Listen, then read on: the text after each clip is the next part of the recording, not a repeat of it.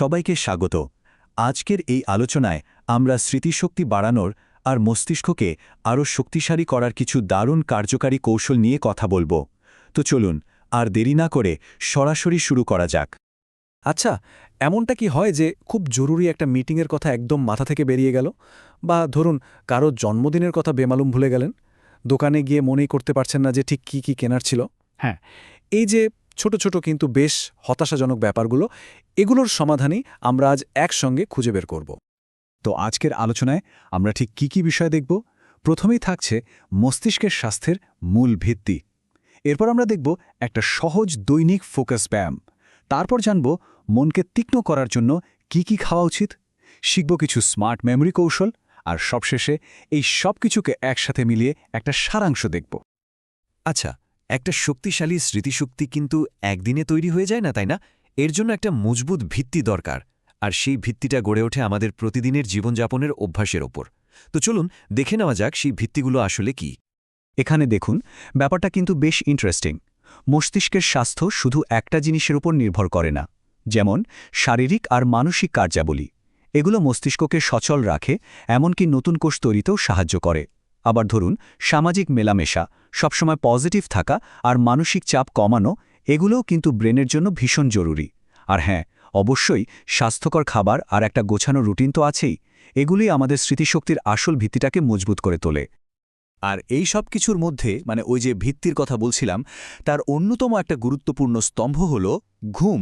হ্যাঁ, ঠিকই শুনছেন। কিছু শেখা বা মনে রাখার জন্য ভালো ঘুমটা যে কতটা জরুরি তা বলে বোঝানো যাবে না।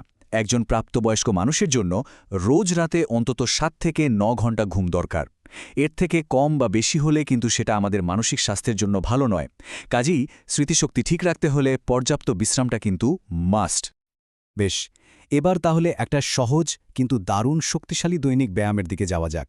এই ব্যায়ামটা আমাদের মস্তিষ্ককে আরও বেশি মনোযোগী হতে সাহায্য করে। চলুন দেখি ব্যাপারটা ঠিক কিভাবে কাজ করে। ডক্টর হানসাজি যোগেন্দ্রর এই পদ্ধতিটা কিন্তু একদম সহজ।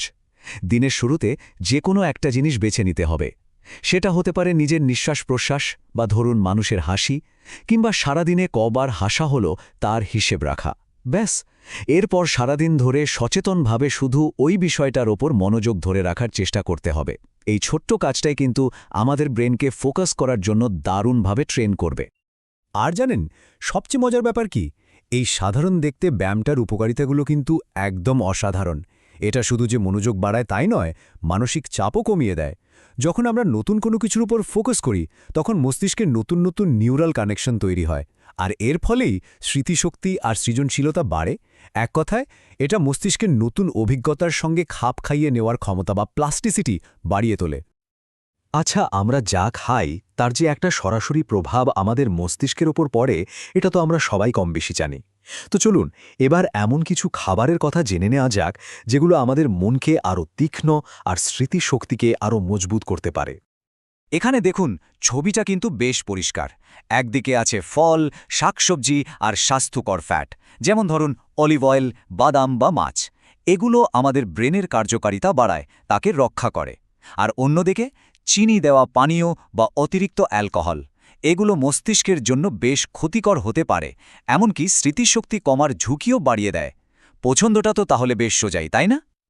আর কে বলেছে ব্রেইনের জন্য ভালো খাবার মানেই স্বাদহীন হতে হবে? একদমই না। যেমন ধরুন এই সুপার ব্রেনিয়াক ব্রেকফাস্ট স্মুদির কথা।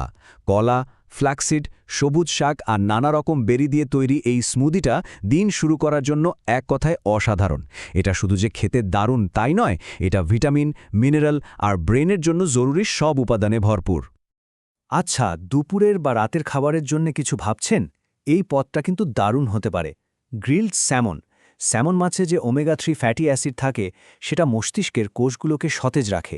আর সাথে যদি থাকে প্লাম, ব্লুবেরি আর আঙুরের স্যালসা, তাহলে তো কথাই নেই। স্বাদ আর পুষ্টি দুটোই একসাথে। এটাই তো প্রমাণ করে যে স্বাস্থ্যকর খাবারও কতটা মজার হতে পারে। কিন্তু মিষ্টির কি হবে? মিষ্টিমুখ করার জন্যও কি কিছু আছে? অবাক হবেন না, আছে। এই যে চকলেট ট্রাফলস, এগুলো কিন্তু স্বাস্থ্যকর হতে পারে। কিভাবে? এগুলো তৈরি হয়েছে বাদাম, খেজুর আর কোকো পাউডার দিয়ে। ফলে চকলেট খাওয়ার স্বাদও মিটল, আবার মস্তিষ্কেরও কোনো ক্ষতি হলো না। দেখলেন তো স্বাস্থ্যকর খাওয়া দাওয়া কতটা আনন্দের হতে পারে? একটা ব্যাপার কি, আমাদের মস্তিষ্ক কিন্তু কম্পিউটারের হার্ড ড্রাইভের মতো না যে সবকিছু মনে রাখবে। তাই স্মৃতিশক্তি বাড়ানোর একটা স্মার্ট উপায় হলো ব্রেনের উপর থেকে অহেতুক চাপ কমানো। চলুন দেখি কিভাবে আমরা এটা করতে পারি। এ কথাটা শুনে একটু অদ্ভুত লাগছে, তাই না? মাথা থেকে বের করে দিন মানে স্মৃতিশক্তি বাড়াতে গিয়ে মাথা থেকে তথ্য বের করে দিতে হবে? হ্যাঁ, এর পেছনের আইডিয়াটা কিন্তু খুবই পাওয়ারফুল। মূল ব্যাপারটা হলো অপ্রয়োজনীয় তথ্য মনে রাখার পেছনে ব্রেনের শক্তি নষ্ট না করা, সেই শক্তিটা বরং আরও জরুরি কাজে লাগানো উচিত। তাহলে প্রশ্ন হলো, মাথা থেকে তথ্য বের করব কিভাবে? উপায় কিন্তু অনেক সহজ। যা কিছু মনে রাখতে হবে ঝটপট একটা নোটবুকে বা ফোনেই লিখে ফেলা যায়। সমস্ত কাজ আর অ্যাপয়েন্টমেন্ট একটা প্ল্যানার বা ডিজিটাল ক্যালেন্ডারে রেখে দেওয়া যায়। অ্যালার্ম বা রিমাইন্ডার সেট করা তো এখন খুবই সহজ একটা কাজ। এই যে ছোট ছোট অভ্যাসগুলো, এগুলোই কিন্তু আমাদের ব্রেনের উপর থেকে অনেকটা বোঝা কমিয়ে দেয়। তো আমরা আমাদের আলোচনার প্রায় শেষ দিকে চলে এসেছি। এখন সময় হয়েছে এতক্ষণ যা যা জানলাম সেগুলোকে এক জায়গায় এনে একটা পরিষ্কার ছবি তৈরি করার। তাহলে পুরো আলোচনার সারমর্মটা কি দাঁড়ালো? মূলত এই 4টে পয়েন্ট।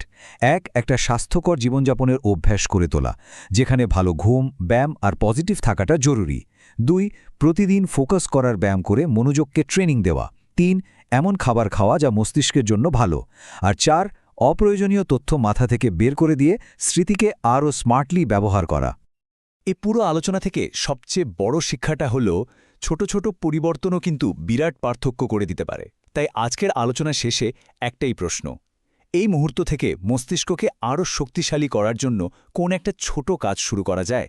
হয়তো মাত্র 10 মিনিটের জন্য একটু হেঁটে আসা বা রাতের খাবারের তালিকায় এক মুঠো বাদাম যোগ করা। ব্যাপারটা ভাবার মতো, আর শুরুটা তো আজই হতে পারে, তাই না?